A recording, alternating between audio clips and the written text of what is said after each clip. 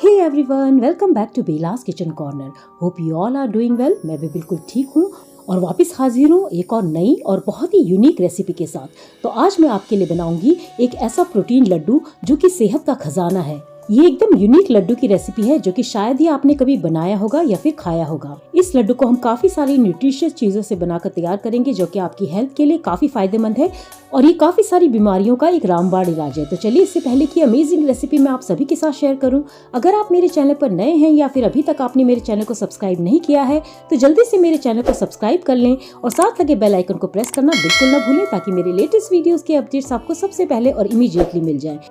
और अगर मेरी रेसिपीज, मेरे वीडियोस आपको पसंद आते हैं तो इसे लाइक, कमेंट और शेयर जरूर करें।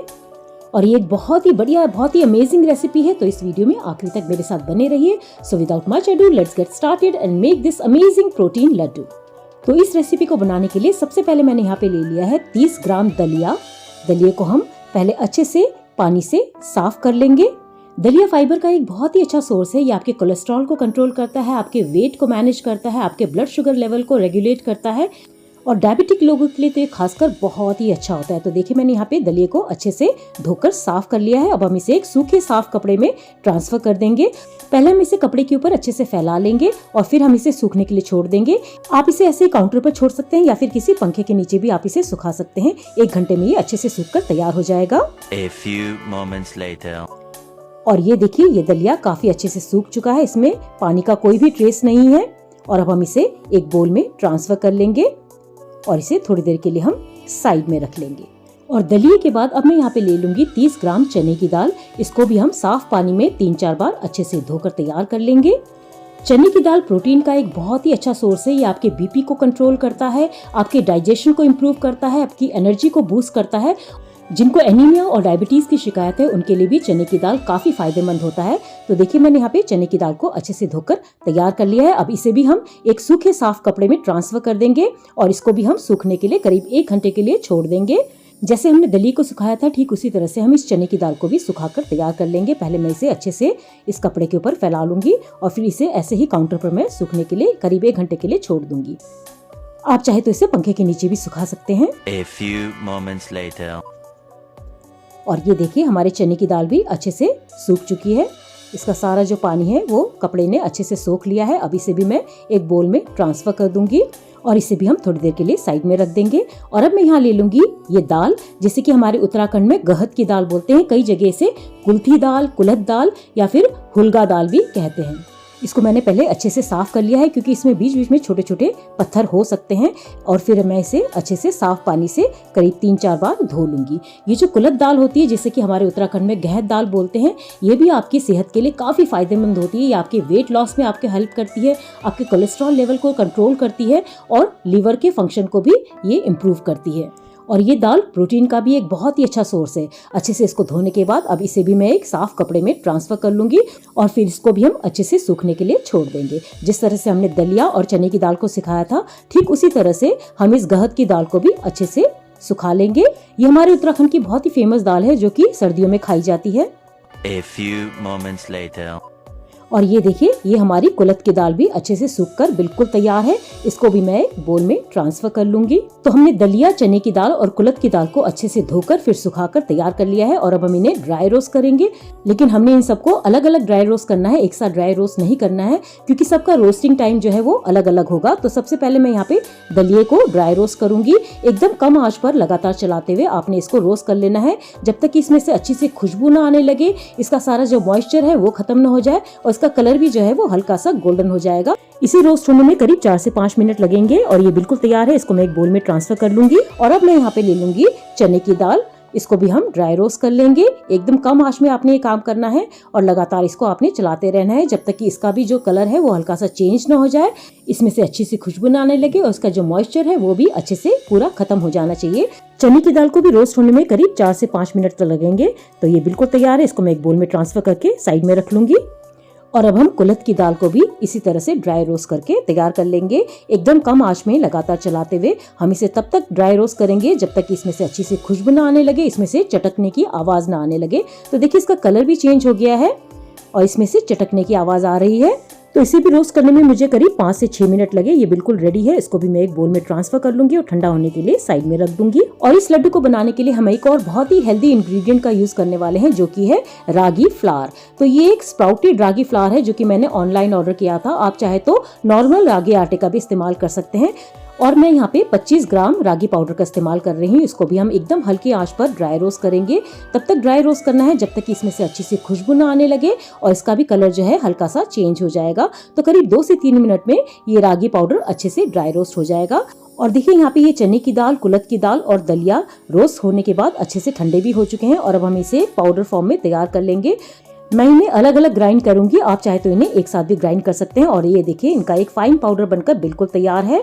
तो देखिए कुछ इस तरह का एकदम बारीक पाउडर हमने बनाकर तैयार करना है। इनमें से बहुत अच्छी खुशबू आ रही है।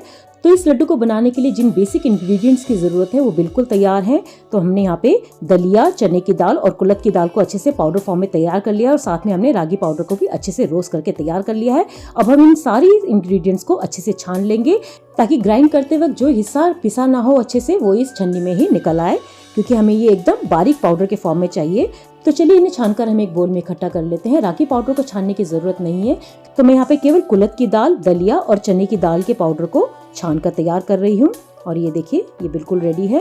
थोड़ी देर के लिए इसे साइड में रख लेते हैं। और अब मैंने यहाँ पे ले लिया है 700 ग्राम खजूर। ये बीज वाले खजूर हैं। अगर आप चाहे तो बिना बीज वाले खजूर का भी इस्तेमाल कर सकते हैं। अगर आप बिना बीज वाले खजूर का इस्तेमाल कर रहे हैं तो आप 500 ग्राम खजूर लीजिए। ये 700 ग्राम बीज वाले खजूर हैं, लेकिन बीज निकालने के बाद ये भी 500 ग्राम के करीब हो जाएंगे। इनको आपने बारीक चॉप कर लेना है, बीज को आपने निकाल कर अलग कर देना है। खजूर आपकी सेहत के लिए बहुत ही अच्छा होता है और ये शुगर का सबसे बढ़िया और सबसे हेल्दी सब्स्टिट्यूट है। खजूर में फाइबर और एंटीऑक्सीडेंट्स का परसेंटेज काफी हाई होता है और ये डायबिटिक लोगों के लिए तो काफी फायदेमंद है। और जिनको शुगर की क्रेविंग होती है उनके लिए भी ये एक बहुत ही बढ़िया और हेल्दी ऑप्शन है। तो देखिए मैंने यहाँ पे सारे खजूर को अच्छे से चॉप करके तैयार कर लिया है।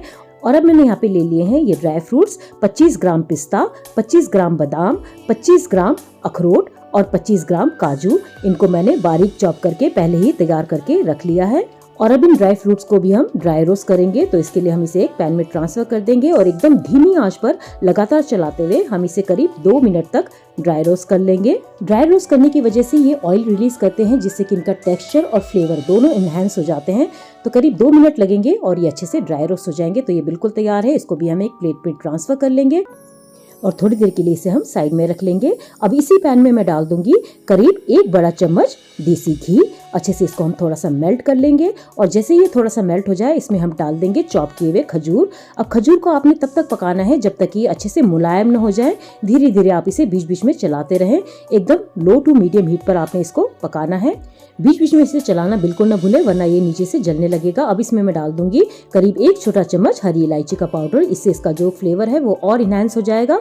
इलायची पाउडर को अच्छे से खजूर के साथ मिक्स कर लेंगे और अब हम इसे तब तक पकाएंगे जब तक कि जो खजूर है वो एकदम मुलायम न हो जाए, एकदम सॉफ्ट न हो जाए। और ये देखिए ये हमारा खजूर एकदम तैयार है, काफी सॉफ्ट हो चुका है। और अब इस स्टेज में हम इसमें डाल देंगे ड्राई फ्रूट्स जिनको कि हमने रोस्ट करके तैयार करके रखा था। अच्छे से इनको मिक्स कर लेंगे।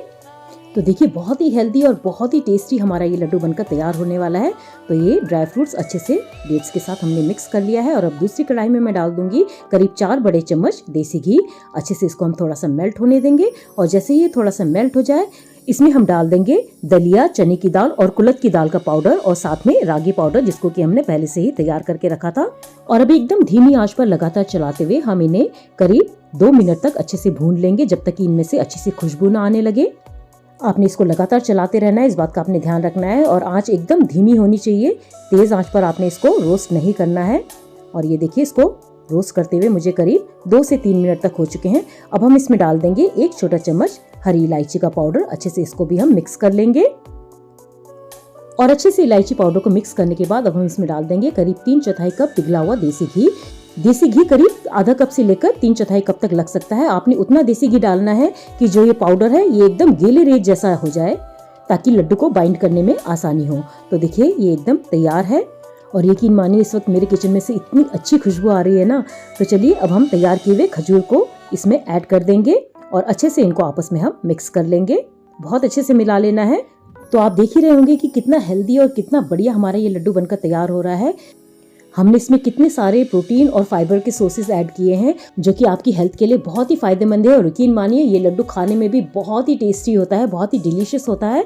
तो देखिए मैंने यहाँ पे पाउडर और खजूर को आपस में अच्छे से मिक्स कर लिया है। अब हम इसे हल्के से थोड़ा सा ठंडा होने देंगे। इसके लिए पहले मैं इसे एक बोल में ट्रांसफर कर लूंगी ताकि ये जल्दी ठंडा हो जाए। बिल्कुल एकदम ठंडा भी नहीं करना है, हल्का सा गर्म रहना चाहिए ताकि इसको बाइंड करने में मुश्किल ना हो। तो ये हल्का ठंडा हो चुका है। अब मैं अपनी हथेलियों में थोड़ा सा घी लगा लूंगी और करीब 3 बड़े चम्मच इस मिक्सचर का अपनी हथेलियों के बीच में लेते हुए मैं इसको गोल गोल घुमाते हुए लड्डू बनाकर तैयार कर लूंगी। आप अपनी मनपसंद के साइज का लड्डू बनाकर यहाँ पे तैयार कर सकते हैं। मैं लेमन साइज के लड्डू बनाकर तैयार कर रही हूँ। तो देखिए ये हमारा पहला लड्डू बिल्कुल तैयार है और ठीक इसी तरह से मैं बाकी लड्डू भी बनाकर तैयार कर लूंगी।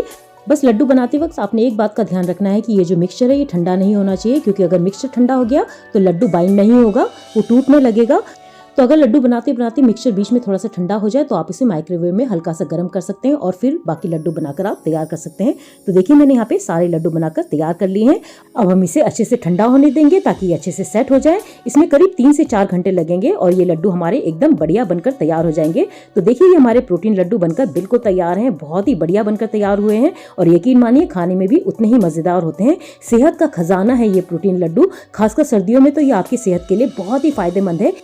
और जिनको मीठा खाना पसंद है लेकिन वजन बढ़ने की वजह से मीठा खाने से हिचकिचाते हैं, उनके लिए भी ये प्रोटीन लड्डू एकदम परफेक्ट ऑप्शन है, क्योंकि ये आपकी शुगर क्रेविंग को कम करने के साथ साथ आपके वेट लॉस में भी आपको बहुत ज़्यादा हेल्प करेगा और खाने में तो टेस्टी है ही। तो देखिए ये हमारे प्रोटीन लड्डू बिल्कुल तैयार है। अब मैं इसे फटाफट टेस्ट करके बताती हूँ कि ये कैसे बने हैं। और यकीन मानिए दोस्तों ये बहुत ही डिलीशियस बनकर तैयार हुए हैं। इस लड्डू के आगे बाकी सारे लड्डू फेल हैं। यकीन मानिए एक बार आप इस लड्डू को बनाकर ज़रूर ट्राई कीजिए। मुझे पूरा यकीन है कि इसका स्वाद और इसके जो हेल्थ बेनिफिट्स हैं वो दोनों आपको बहुत ज़्यादा पसंद आएंगे और आप इसके फ़ैन हो जाएंगे। तो दोस्तों उम्मीद करती हूँ कि ये प्रोटीन लड्डू की रेसिपी आपको ज़रूर पसंद आई होगी और अगर ये रेसिपी आपको पसंद आई है तो इसको लाइक, कमेंट और शेयर ज़रूर करें और जल्दी से मेरे चैनल को सब्सक्राइब कर लें जिन्होंने अभी तक इसे सब्सक्राइब नहीं किया है। तो मिलते हैं अगले वीडियो में किसी नई रेसिपी के साथ। तब तक अपना और अपने परिवार वालों का ख्याल रखिए। Bye bye and take good care of yourself.